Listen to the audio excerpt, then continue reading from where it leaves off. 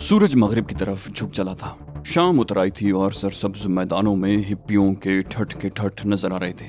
चरस के कसीफ धुएं के मरगूले फजा में चकराते फिर रहे थे। हर तरफ से तरह तरह के नशों की बू आ रही थी।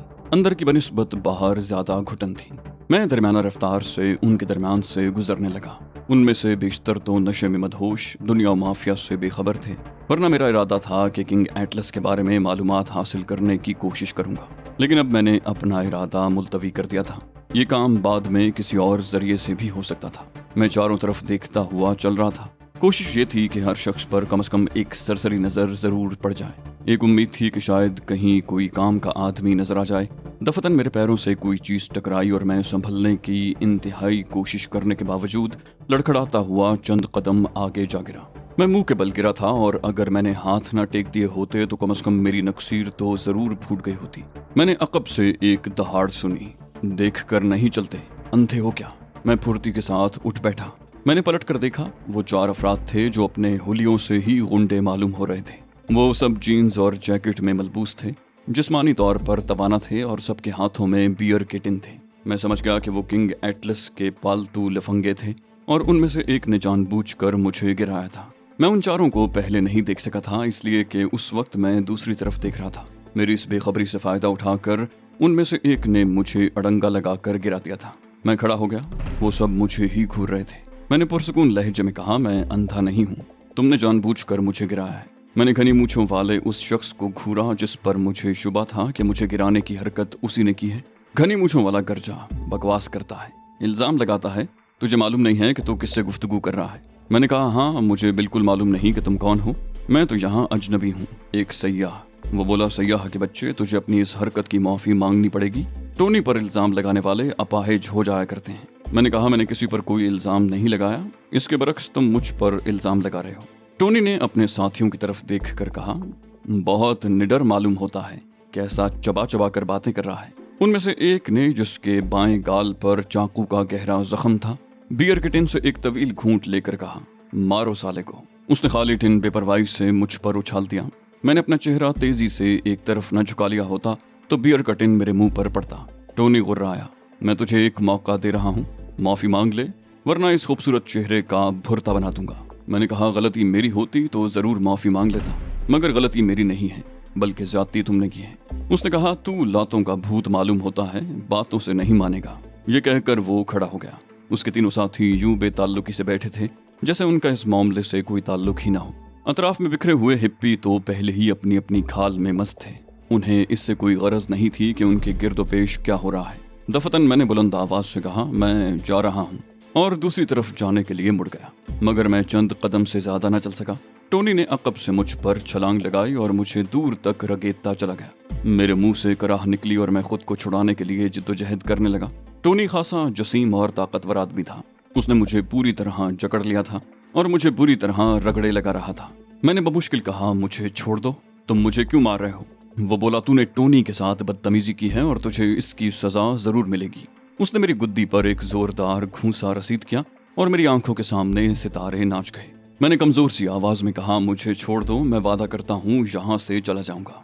उसने एक भयानक कहकहा लगाया, चला जाएगा? टोनी के मुंह पर थूक कर चला जाएगा तो दुनिया क्या कहेगी? नहीं, तू मुझसे माफी मांग के बगैर यहाँ से जा भी नहीं सकता। मैंने पूरी कुव्वत सर्फ करके उसकी गिरफ्त से निकलने की कोशिश की, मगर यह मुमकिन ना हो सका। मैंने उसकी ताकत का गलत अंदाजा लगाया था। उसका जिस्म किसी चट्टान की तरह ठोस था और वो ताकत का पहाड़ मालूम हो रहा था। मेरे साथ मुश्किल ये थी कि मैं यहाँ कोई हंगामा बर्पा करके खुद को नुमाया करने का खतरा मोल नहीं ले सकता था। इसलिए मैंने सोचा था कि उससे थोड़ा बहुत पिट के माफी मांग लूंगा। लेकिन अब मुझे साफ नजर आ रहा था कि अगर मैंने उससे फौरन माफी न मांगी तो वो मेरा कचूमर बनाकर रख देगा। मैंने उसे माजरत कर लेने में ही आफियत जानी। कहा, मैं वादा करता हूँ आइंदा ऐसी गलती नहीं करूंगा। वो मेरी पुश्त पर घुटना टेकते हुए गुर्राया, माफी इस तरह मांगी जाती है, ठीक से माफी मांगो। मैं कराहा और क्या कहूँ, वादा तो कर रहा हूँ कि आइंदा ऐसी गलती नहीं करूंगा। वो दांत पीस कर बोला, ये कह कि गलती मुझसे हुई है, मैं माफी मांगता हूँ, मुझे माफ कर दो।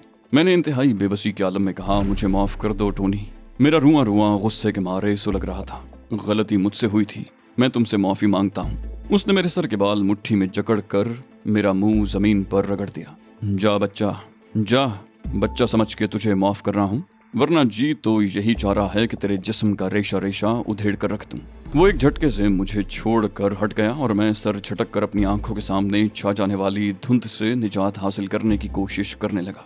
उसके साथियों में से एक ने कहा, मजा नहीं आया टोनी, ये तो बहुत बोधा साबित हुआ। वो भी उठकर वहीं आ गए थे। टोनी ने नफरत से एक तरफ थूकते हुए कहा, इसकी किस्मत अच्छी थी कि इसने मुझ पर हाथ उठाने की हिमाकत नहीं की, वरना ये अपने पैरों पर चलकर नहीं जा सकता था। मैं बदिक्कत तमाम अपने पैरों पर खड़ा होने में कामयाब हो सका। टोनी ने बड़ी बेदर्दी से मुझ पर तबाज़माई की थी। वो लोग खड़े हर्जा सराइयां कर रहे थे और मैं सब कुछ सुनकर भी खामोश रहने पर मजबूर था। मैं खड़ा होने के बाद उनकी तरफ देखे बगैर एक तरफ चल पड़ा।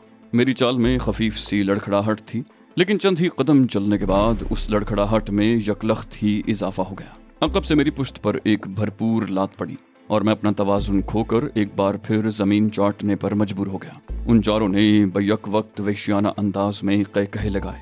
मैंने उठने में बहुत तेजी दिखाई। गुस्से की एक शदीद लहर ने मेरे वजूद को अपनी गिरफ्त में ले लिया था। मेरा जी चाहा कि उन चारों पर झपट पड़ूं, लेकिन मेरे पैरों में मसलहत की जंजीरें पड़ी हुई थी। गुस्से की लहर को मैंने अपने दिमाग तक नहीं पहुंचने दिया। उनमें से एक हंसकर बोला, फुर्तीला तो बहुत है, उठने में कितनी तेजी दिखाई है। एक और गुंडे ने टोनी से कहा, मालूम होता है टोनी तुमने इसकी पिटाई ठीक से नहीं की, वरना ये इतनी तेजी कभी न दिखा पाता। टोनी की आंखों में भी हैरत थी।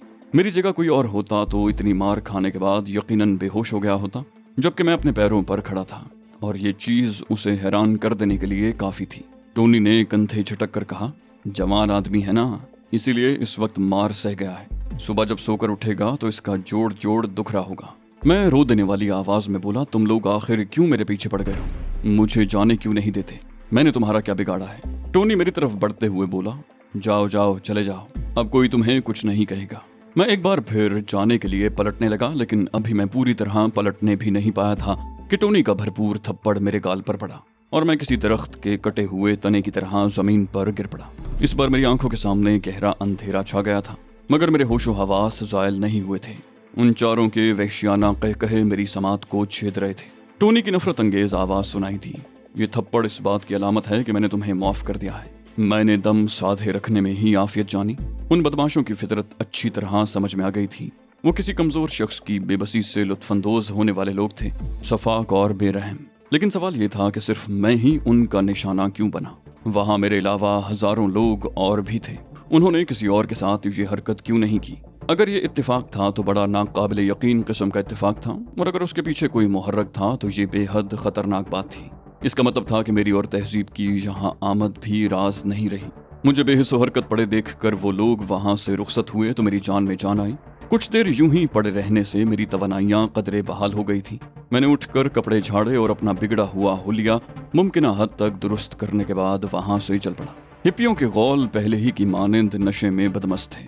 उन्होंने शायद आंख उठाकर देखने तक की जहमत न की होगी कि मेरे साथ क्या हुआ है।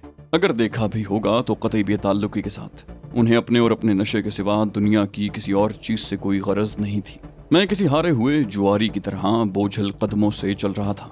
मैं इधर उधर भी नहीं देख रहा था।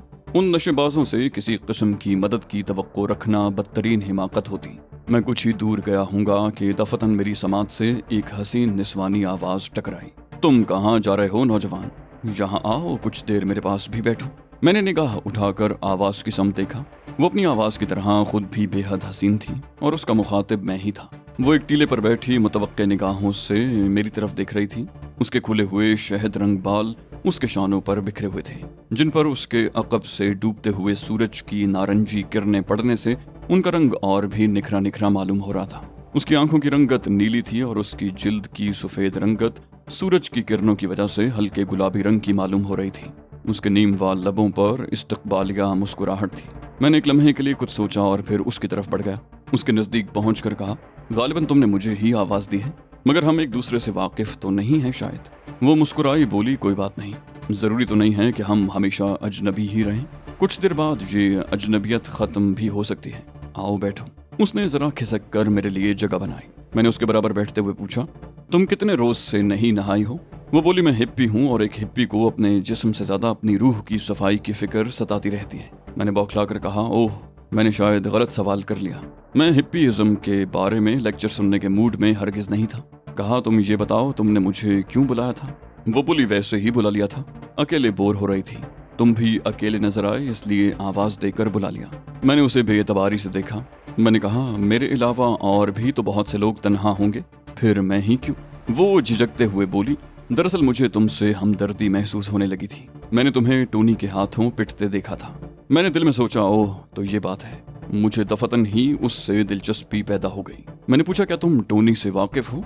वो बोली, टोनी और उसके साथियों से कौन वाकिफ नहीं है, यहाँ इन्हीं लोगों की हुकूमत है। मैंने कहा, लेकिन मैंने तो सुना था कि यहाँ का करता धरता किंग एटलस नामी कोई आदमी है। वो बोली, तुमने ठीक सुना है, असल आदमी किंग एटलस ही है और ये लोग उसी के पालतू गुंडे हैं। टोनी को उसका दस्ते रास्त समझा जाता है। मैंने पूछा, तुम यहाँ कब से मुकीम हो? उसने कहा, 1 हफ्ते से ज्यादा हो गया है शायद। लेकिन तुम ये बात क्यों पूछ रहे हो? मैंने कहा, मैं जानना चाह रहा था कि उन्होंने मेरी ही पिटाई क्यों की। यहाँ और भी तो बहुत से लोग मौजूद हैं, फिर मेरा तो कसूर भी कोई नहीं। वो बोली, रोजाना ही कोई ना कोई इनका निशाना बनता है। आम लोगों को बेहोश करने के लिए तो टोनी का एक ही हाथ काफी होता है। मुझे तुम पर हैरत हो रही है कि आखिर तुम अपने पैरों पर कैसे चल रहे हो। मैंने कहा, जानती हो, उसने खुद टांग अड़ाकर मुझे गिराया था और उसके बाद मुझ पर इल्जाम लगाने लगा कि मैंने उसके ठोकर मारी है। वो बोली, ऐसी हरकतें करना इनका मामूल है, खुद ही दूसरों से छेड़छाड़ करते हैं और अगर कोई एहतजाज करे तो उसकी शामत आ जाती है। मैंने गुस्सीले लहजे में कहा, वाह ये भी कोई बात हुई, ये तो खुली हुई धांधली है। मैं किंग एटलस से शिकायत करूंगा। वो मेरे चेहरे के सामने हाथ नचाकर बोली, किंग एटलस तक पहुंचोगे कैसे? मैंने कहा, क्यों, क्या वो किसी से नहीं मिलता? वो बेपरवाही से बोली, मालूम नहीं, मैंने उसे किसी से मिलते नहीं देखा। और फिर वो तन्हा तो होता नहीं, उसके बॉडीगार्ड्स हर वक्त उसके साथ रहते हैं। मैंने सर हिलाकर कहा, कोई बात नहीं, बस वो एक बार मुझे नजर आ जाए, फिर तुम देखना कैसी शिकायत करता हूँ इस टोनी के बच्चे की। वो बोली, मेरा मशवरा मानो तो जो कुछ हुआ उसे भूल जाने की कोशिश करो, तुम्हारे हक में यही बेहतर होगा। मैंने कहा, तो क्या मैं अपने खिलाफ होने वाले जुल्म पर एहतजाज भी ना करूं? उन लोगों का जो जी चाहे करते फिरें। उसने संजीदगी से कहा, हाँ वो बड़े सफाक लोग हैं, अगर तुम इस हिमाकत के मुर्तकिब हुए तो मेरा अंदाजा है कि उसके बाद वो तुम्हें जिंदा नहीं छोड़ेंगे। मैंने बेपरवाही से कहा, देखा जाएगा, इस बार तो मैंने टोनी का लिहाज कर लिया है, लेकिन अब अगर वो मुझसे उलझा तो मैं उसे मजा चखा दूंगा। वो खिलखिलाकर हंस पड़ी, बोली, हाँ तुम वैसे ही सूरमा नजर आते हो।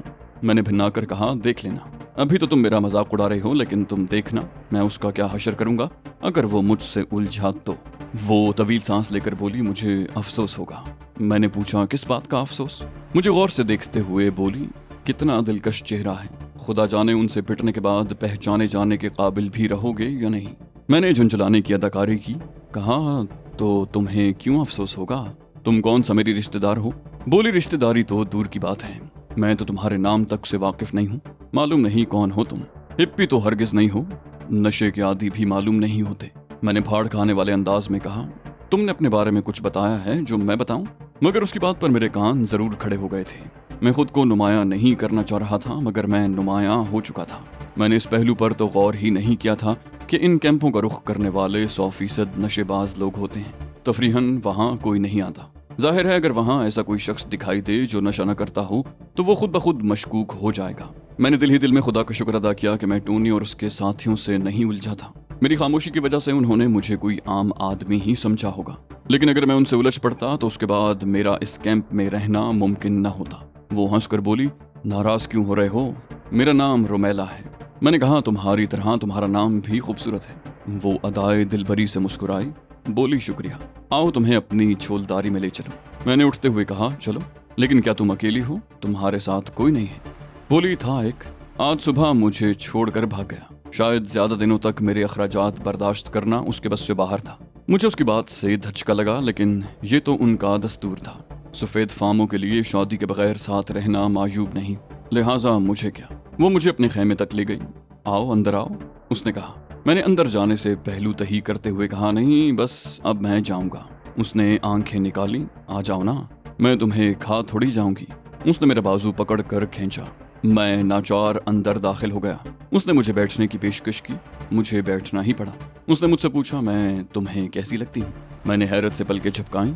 कहा, मैं तुम्हारे इस सवाल का मकसद नहीं समझा रोमेला। बोली, मेरा मतलब है शक्ल सूरत और जिस्म के एतबार से क्या मैं तुम्हें अच्छी नहीं लगती? मैंने कहा, तुम गैर मामूली तौर पर हसीन हो, लेकिन मैं अब भी नहीं समझ सका कि तुम मुझसे ये सब कुछ क्यों पूछ रही हो। उसने मेरा सवाल नजरअंदाज करते हुए कहा, क्या तुम मेरा कुर्ब नहीं हासिल करना चाहते? میں نے کہا مجھے اس کی ایسی کوئی خاص خواہش تو نہیں تھی، تاہم اس وقت مجھے تمہارا قرب حاصل تو ہے۔ وہ بولی میں مکمل قرب کی بات کر رہی ہوں، اگر چاہو تو صرف 10 مارک کے عوض مجھے حاصل کر سکتے ہو۔ میں نے تلخی سے کہا بکاؤ مال سے مجھے کبھی دلچسپی نہیں رہی رومیلا، خواہ وہ کتنا ہی پرکشش کیوں نہ ہو۔ اس نے دونوں ہاتھ میری طرف پھیلاتے ہوئے کہا اگر یہ بات ہے تو تم کچھ بھی مت دینا۔ میں نے کہا پکے پھل کی طرح خود کو دوسروں کی آغوش میں گرا دینے والی لڑکیوں سے بھی مجھے کوئی دلچسپی نہیں، بلکہ مجھے ان سے نفرت محسوس ہوتی ہے۔ رومیلا بھرائی ہوئی آواز میں بولی مجھے غلط نہ سمجھو، میرا ساتھی مجھے دغا دے گیا ہے اور اب میرے پاس ایک دھیلا بھی نہیں۔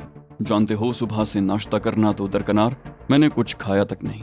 میں نے خود کو بر وقت سنبھال لیا، اس سے ناصحانہ گفتگو کر کے میں خود کو اس کی نظروں میں مشکوک کر دیتا، لہٰذا مجھے اس کے ساتھ ایسا رویہ رکھنا چاہیے تھا کہ وہ مجھے بھی کوئی آوارہ گرد ہی سمجھتی۔ ابھی تک کچھ نہیں بگڑا تھا، میں نے جو چند الٹی سیدھی باتیں کر دی تھیں ان کی تلافی کی جا سکتی تھی۔ میں نے متاسفانہ لہجے میں کہا اوہو تم نے پہلے کیوں نہیں بتایا، تمہارا تو نشہ اکھڑ رہا ہوگا۔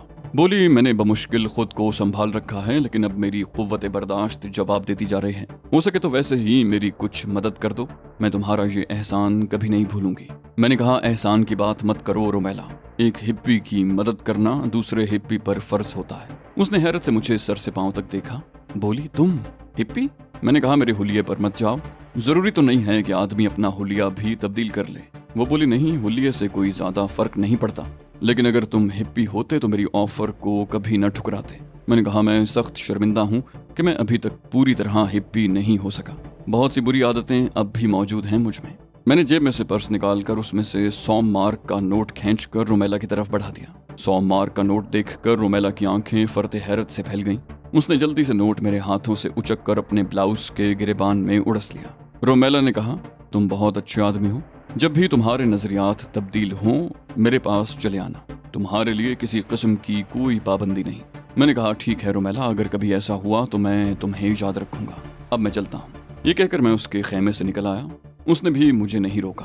رقم ہاتھ آتے ہی یقیناً اسے اپنے نشے کی فکر پڑ گئی ہوگی۔ سورج غروب ہو چکا تھا، کیمپ کے خیموں میں کیروسین لیمپ روشن ہو گئے تھے اور کیمپ کے 24 کیبنوں میں جنریٹر کے ذریعے بجلی سپلائی ہو رہی تھی۔ میرا رخ اپنے خیمے کی طرف تھا۔